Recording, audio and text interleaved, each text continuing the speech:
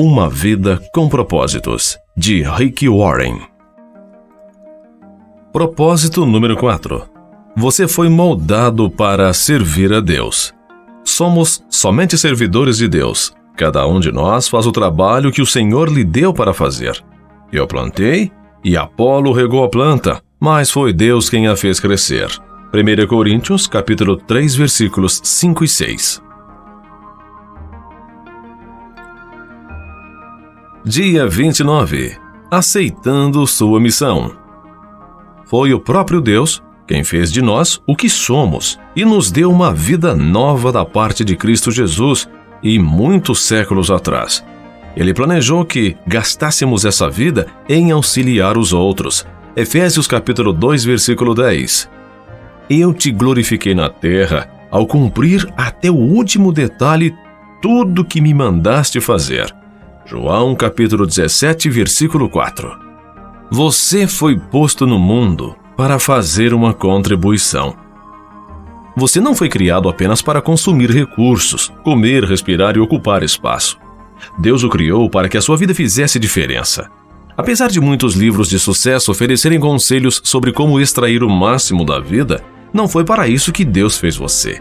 Você foi criado para acrescentar alguma coisa à vida neste mundo, não apenas para usufruir.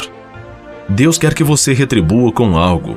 Esse é o quarto propósito de Deus para a sua vida, denominado ministério ou serviço. A Bíblia fornece os detalhes. Você foi criado para servir a Deus. A Bíblia diz: Ele nos criou para que fizéssemos as boas obras que Ele já havia preparado para nós. Efésios capítulo 2, versículo 10. Essas boas obras são o seu serviço. Sempre que você serve alguém, de alguma forma, está na verdade servindo a Deus. Mateus capítulo 25, versículos 34 ao 45. Efésios capítulo 6, versículo 7. Colossenses capítulo 3, versículo 23 e 24. E cumprindo um de seus propósitos. Nos dois próximos capítulos, você verá como Deus cuidadosamente o formou para esse propósito. O que Deus disse a Jeremias vale para você também. Antes de o formar no útero de sua mãe, eu o escolhi. Antes que você nascesse, eu o separei para uma obra especial. Jeremias capítulo 1, versículo 5. Você foi posto neste mundo para uma missão especial. Você foi salvo para servir a Deus. A Bíblia diz: Foi Ele quem nos salvou e nos escolheu para o seu santo trabalho, não porque merecêssemos, mas porque era o seu plano. 2 Timóteo capítulo 1, versículo 9. Deus o redimiu. Assim você pode realizar a obra santa de Deus. Você não foi salvo pelo serviço, mas para o serviço. No reino de Deus há um lugar, um propósito, um papel e uma função a cumprir. Isso dá à sua vida enorme importância e valor. Comprar nossa salvação custou a Jesus a própria vida. A Bíblia nos faz recordar: Deus pagou um alto preço por vocês. Portanto, usem seu corpo para honrar a Deus. 1 Coríntios capítulo 6, versículo 20. Não servimos a Deus movidos por culpa, medo ou mesmo obrigação, mas pela alegria e profunda gratidão pelo que Ele fez por nós. Devemos-lhes a vida. Pela salvação, nosso passado foi perdoado, nosso presente ganhou sentido e nosso futuro está garantido. À luz dessas incríveis vantagens, Paulo conclui: Por causa da grande misericórdia divina, peço que vocês se ofereçam completamente a Deus como um sacrifício vivo, dedicado ao seu serviço. Romanos capítulo 12, versículo 1. O apóstolo João ensina que nossos préstimos amorosos às outras pessoas demonstram que somos verdadeiramente salvos. Nosso amor uns pelos outros dá testemunho de que já passamos da morte para a vida. 1 João capítulo 3, versículo 14. Se não sinto amor pelos outros nem desejo de ajudar as pessoas e me preocupo somente com as minhas necessidades, devo questionar se Cristo está realmente em minha vida. O coração salvo deseja servir. Outro termo relativo a servir a Deus, e mal compreendido pela maioria das pessoas, é ministério. Quando a maioria das pessoas escuta a palavra ministério, pensa logo em pastores, padres e outros clérigos. Mas Deus diz que cada membro de sua família é um ministro. Na Bíblia, as palavras servo e ministro são sinônimas, assim como serviço e ministério. Se você é cristão, então é um ministro. E quando está servindo, está ministrando. Quando a sogra de Pedro foi curada por Jesus, ela imediatamente se levantou e começou a servi-lo. Mateus capítulo 8, versículo 15, usando o novo dom da saúde. É exatamente isso que devemos fazer.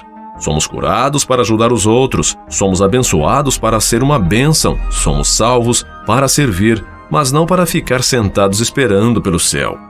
Você nunca se perguntou por que Deus não nos leva para o céu imediatamente após aceitarmos a sua graça? Por que nos deixa em um mundo decadente?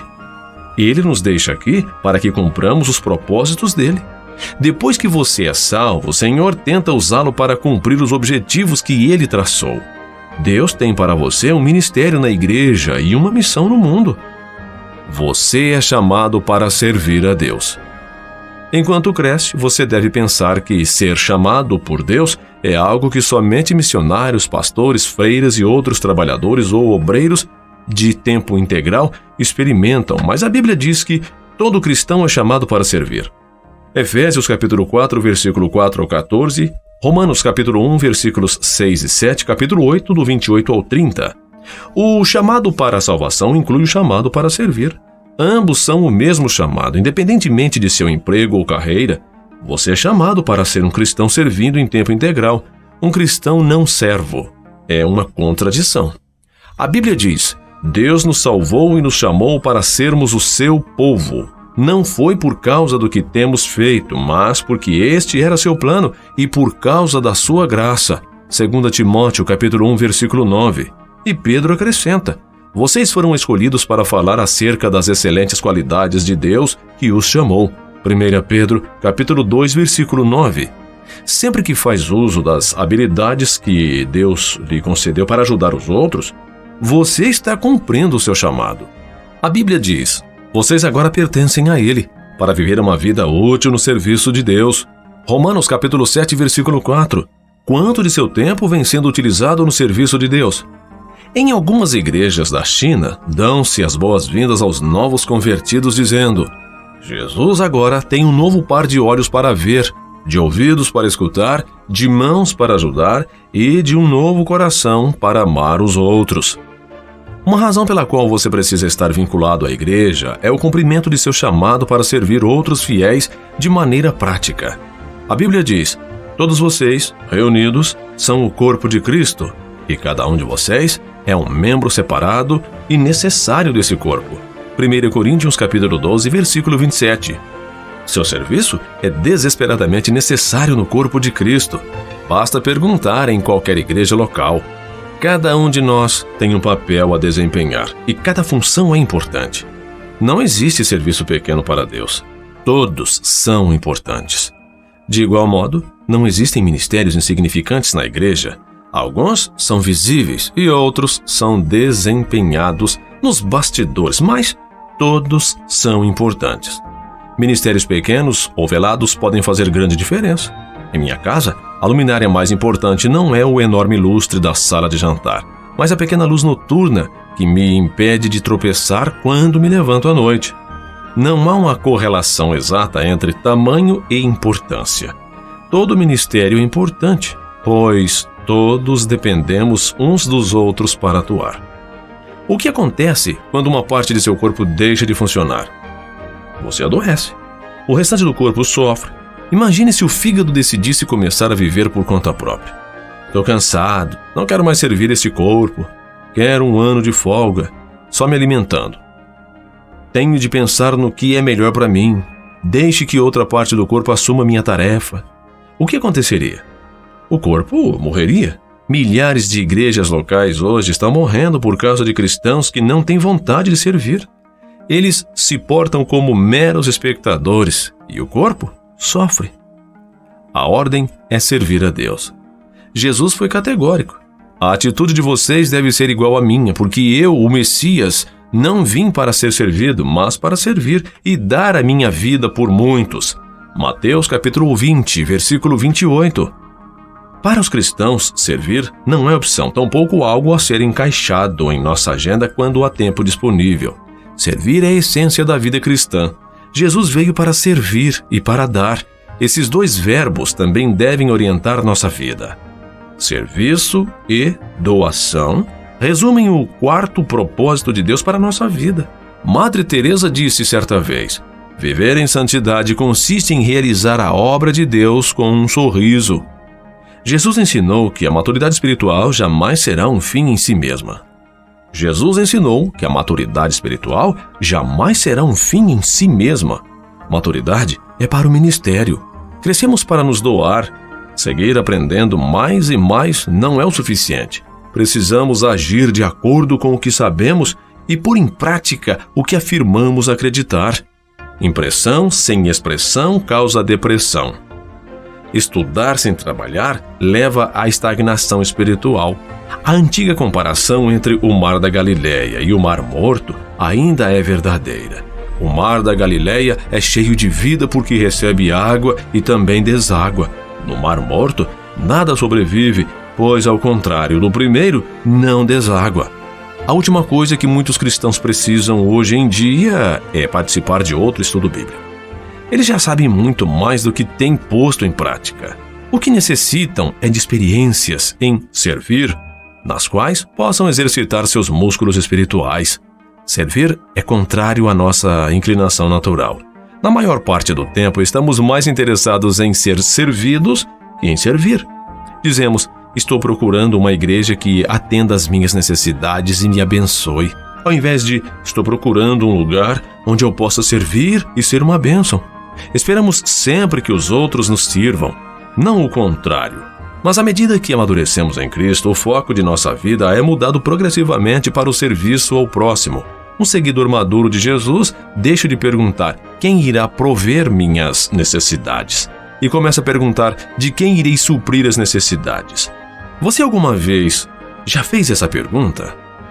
Prepare-se para a eternidade.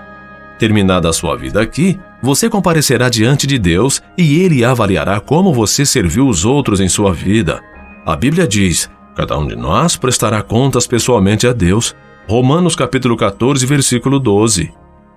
Pense nas implicações disso. Um dia Deus vai comparar o tempo e a energia que gastamos com nós mesmos em relação ao que utilizamos para servir os outros. Nesse momento, todas as dificuldades para o egoísmo soarão vazias. Eu estava muito ocupado, ou eu tinha objetivos próprios, ou eu estava preocupado em trabalhar, me divertir e em preparar minha aposentadoria. A todas as desculpas, Deus responderá: sinto muito, resposta errada. Eu o criei, salvei, chamei e comissionei para que você vivesse servindo. Qual parte você não entendeu? A Bíblia alerta os que não creem. Ele derramará a sua ira e o seu castigo sobre os que vivem para si mesmos. Romanos capítulo 2, versículo 8. Para o cristão, isso significa a perda das recompensas eternas. Só estamos plenamente vivos quando estamos ajudando outros. Jesus disse: se você insistir em salvar a própria vida, você a perderá. Somente aqueles que põem de lado a sua vida por minha causa e por causa da boa nova é que saberão realmente o que significa viver. Marcos capítulo 8, versículo 35. Essa verdade é tão importante que é repetida 5 vezes nos evangelhos. Se você não está servindo, está apenas existindo, porque a vida foi feita para o ministério. Deus quer que você aprenda a amar e servir as pessoas de forma altruísta. Serviço e importância. Você dará vida por algo? O que será? Uma carreira? Um esporte? Um passatempo? Fama? Riquezas? Nenhuma dessas coisas terá relevância eterna. Servir é o caminho para quem quiser ser importante. É por meio do ministério que descobrimos o sentido da vida. A Bíblia diz: cada um de nós encontra significado e função como parte desse corpo. Romanos capítulo 12, versículo 5. Quando servimos juntos na mesma família, a vida assume uma importância eterna. E Paulo diz: quero que vocês pensem como isso tudo torna vocês mais importantes, não menos, por causa daquilo que vocês são parte. 1 Coríntios, capítulo 12, versículo 14 a 19. Deus quer usá-lo para que faça a diferença no mundo dele. Ele quer atuar por seu intermédio. O que importa não é a duração de sua vida, mas a contribuição que você ofereceu. Não quanto viveu, mas como viveu. Se você não está envolvido em algum serviço ou ministério, que desculpa tem dado? Abraão era velho, Jacó era inseguro, Lia não tinha atrativos. José foi maltratado. Moisés gaguejava. Gideão era pobre. Sansão era codependente. Raabe era imoral. Davi teve uma amante e todo tipo de problemas familiares. Elias tinha tendências suicidas. Jeremias era depressivo. Jonas era relutante. Noemi era viúva. João Batista era no mínimo excêntrico. Pedro era impulsivo e temperamental.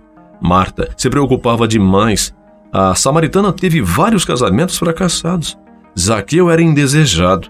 Tomé tinha dúvidas. Paulo tinha saúde fraca. E Timóteo era tímido. Aí está uma boa variedade de pessoas desajustadas, mas Deus usou cada uma delas em sua obra. Ele também o usará, se você parar de apresentar desculpas. Dia 29. Pensando sobre meu propósito de vida. Tema para reflexão. Servir não é uma opção. Versículo para memorizar. Porque somos criação de Deus, realizada em Cristo Jesus, para fazermos boas obras, as quais Deus preparou antes para nós as praticarmos. Efésios capítulo 2, versículo 10. Pergunta para meditar. O que está me impedindo de aceitar o chamado de Deus para servi-lo? Forte abraço e até o próximo áudio.